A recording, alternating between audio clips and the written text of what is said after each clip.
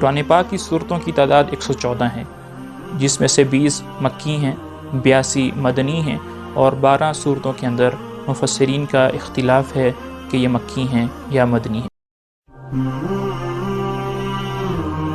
چوتھا ضابط یہ ہے کہ ہر وہ صورت جو حروف تہجی جیسے الف لام میم حامیم سے شروع ہوگی وہ مکی ہے، لیکن البقرہ اور آل عمران وہ مکی نہیں ہیں، وہ مدنی ہیں۔